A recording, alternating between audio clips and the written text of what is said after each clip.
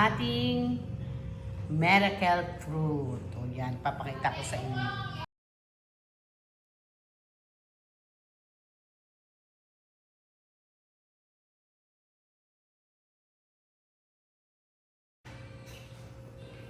Tingnan natin itong miracle fruit. Tingnan natin.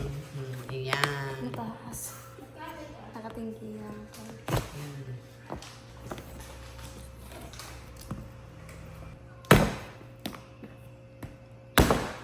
Ayan, hinahati na nila. O yan. Wow! Para pala yung ano. Tawag dito. Miracle fruit nga po pala to. Ating kakayudin at ating itong luluto. Para makita nyo. Lagay dyan. Okay. Yan. O, diba? Siya daw ay lulutuin ng 1 oras, sabi ng aking friend, ng aking kumare, na walang tubig. O, ito ay pagka ikaw ay hirap dumumi, ay ito ay magandang gamot. O, diba? Pan-digest ba siya?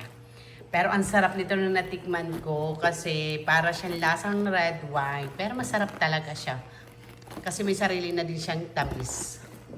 Yan, yan. Yan. Yan. Kung hindi kasama muna sa kanya. Ako taga-video na muna. Gumawa. Dawa kasi dalawa yan. Akin ulit natin ito. Diba?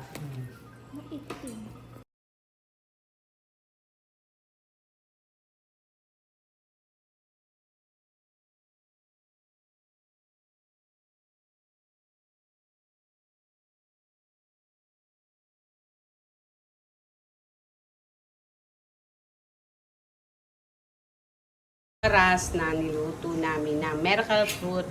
Yan, kulay itim na siya para siyang, tawag dito, para siyang magiging red wine na. Wala kami kanilagay kundi yan lang.